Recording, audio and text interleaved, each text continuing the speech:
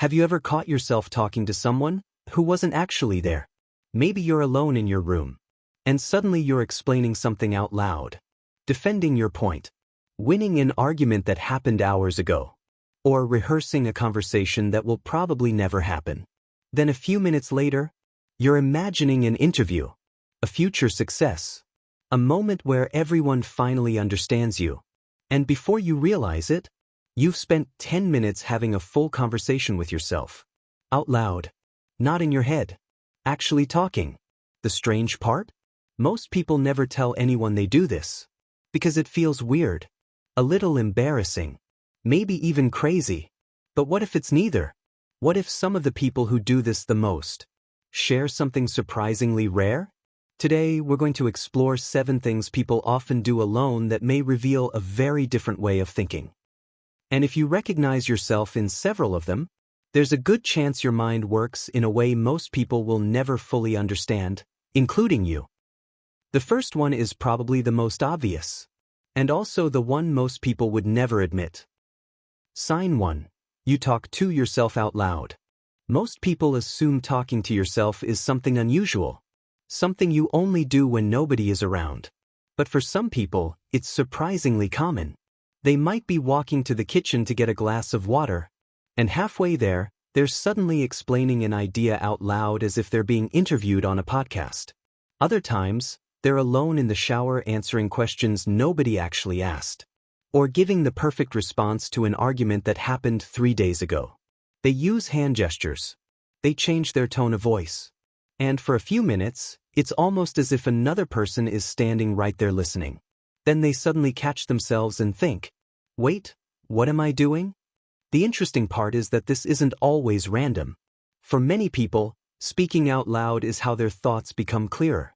Some ideas feel confusing when they stay trapped inside the mind. But the moment they're spoken, something clicks. The thought becomes easier to follow. The problem becomes easier to solve. And the feeling becomes easier to understand. Research has even shown that speaking thoughts aloud can improve focus, memory, and problem-solving in certain situations. Because some minds don't process information most effectively through silent thinking.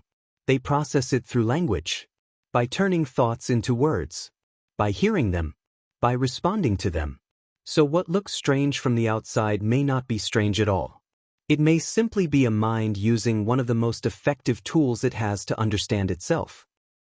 In other words, what looks like someone talking to themselves may actually be someone thinking in a way most people never see.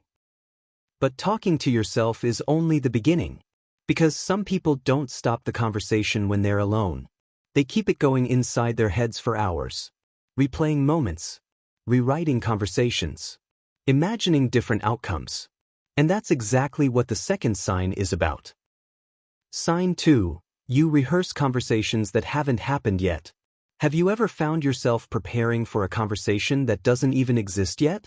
Maybe you're driving somewhere, taking a shower, walking the dog, and suddenly you're imagining exactly what you're going to say. The other person responds. You answer back. They ask another question. And before you realize it, you've spent 10 minutes having a conversation that may never actually happen. Sometimes it's an important meeting. Sometimes it's a difficult conversation. And sometimes it's just a completely ordinary interaction that your mind decided to rehearse anyway.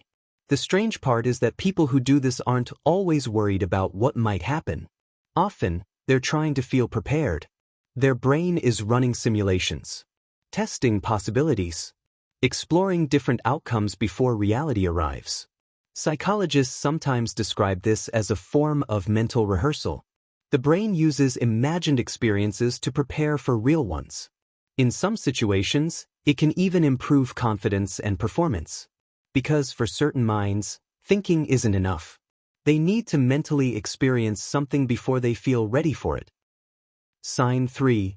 You explain things to an imaginary audience. Have you ever had an idea that seemed so interesting that you started explaining it to people who weren't actually there? Maybe you're washing the dishes, cleaning your room, walking somewhere alone, and suddenly you're breaking down a topic as if thousands of people were listening to you, or answering questions from an audience that only exists in your head. You explain your point. Give examples. Sometimes you even stop and think, wait, that's actually a good point. The strange part is that you're not trying to impress anyone. Nobody is listening. Nobody is judging you. Yet your brain still feels the need to explain the idea out loud. That's because teaching and explaining force the mind to organize information. When you try to explain something clearly, you quickly discover what you understand and what you don't.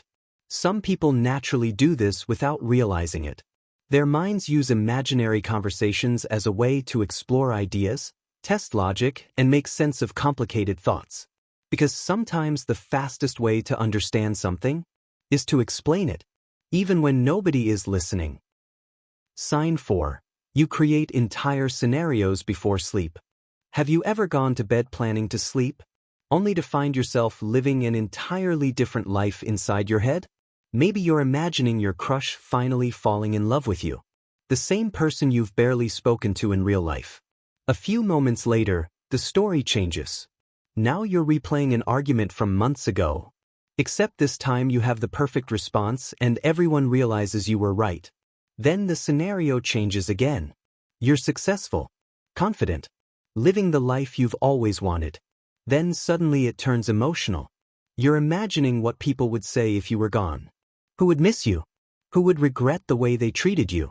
Who would finally realize your value? And before you know it, you've spent 20 minutes inside a world that doesn't even exist. The strange part is that these scenarios often feel incredibly real. You can feel the emotions, the excitement, the relief, sometimes even the disappointment. And that's because the brain doesn't completely separate imagined experiences from real ones. Many of the same emotional systems become active in both. Psychologists have long known that imagination is one of the ways the mind explores possibilities, processes emotions, and prepares for situations that haven't happened yet. For some people, these scenarios are more than simple fantasies. They're a way of testing ideas, exploring emotions, and giving unfinished thoughts a place to go. Sign 5. You pause videos just to think. Have you ever paused a video? Not because you needed a break, but because a single sentence got stuck in your head? Maybe someone said something interesting, a perspective you had never considered before, a question you couldn't immediately answer.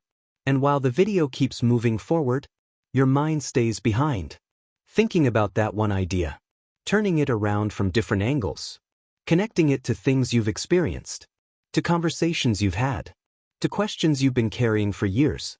Sometimes you pause the video for a few seconds, sometimes for several minutes.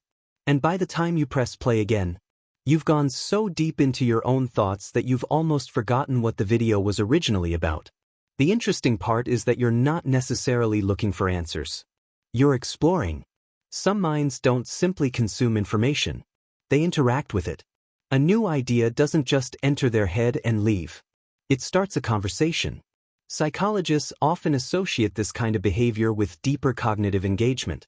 Instead of passively receiving information, the brain actively examines it, challenges it, and connects it to existing knowledge. That's why a single sentence can sometimes occupy more mental space than an entire video. Sign 6. You walk around the house while thinking. Have you ever stood up for a reason and completely forgotten what that reason was? Maybe you got up to get a glass of water. Maybe you were going to grab your phone. Maybe you were on your way to do something important. But somewhere along the way, a thought appeared, and suddenly you're no longer focused on where you're going. You're walking from one room to another, back to the kitchen, back to the living room, past the same doorway for the fourth time, without even realizing it. Then 20 minutes later, you catch yourself standing in the middle of the room and think, wait, wasn't I doing something? The strange part is that you weren't distracted, at least not in the usual sense. You were completely focused, just not on the outside world. For some people, movement becomes part of the thinking process. The body keeps moving while the mind follows an idea, explores a possibility, or tries to solve a problem. That's why some of the best thoughts don't appear while sitting still. They appear while pacing around the house, completely lost inside your own mind. Sign 7. You replay old conversations to understand them. Have you ever been in the middle of your day and suddenly remembered a conversation from weeks ago? Not because it was important, not because it was dramatic, but because something about it still doesn't make sense. Maybe someone said something that felt slightly off. Maybe their words sounded normal, but their tone didn't. And long after everyone else has forgotten about it, your mind keeps returning to the same moment, looking at it from different angles, trying to understand what was really happening beneath the surface. Some people don't just experience conversations. They analyze them, not because they're trying to judge people, but because their minds naturally look for meaning, patterns, and hidden context. And maybe that's the real pattern behind all 7 of these signs. People like this don't simply move through life. They interact with it differently. They think about things longer, explore them deeper, and often notice connections that other people never stop long enough to see. That's why many of the habits we've talked about today can look strange from the outside. But from the inside, they may simply be the result of a mind that refuses to settle for surface-level answers. And maybe the strangest part is that many people do these things without ever talking about them. Not because they're weird, but because they assumed everyone else thought differently. So now I'm curious, which of these signs felt the most familiar to you? Let me know in the comments. I'd love to hear which one made you stop and think, wait, I do that too.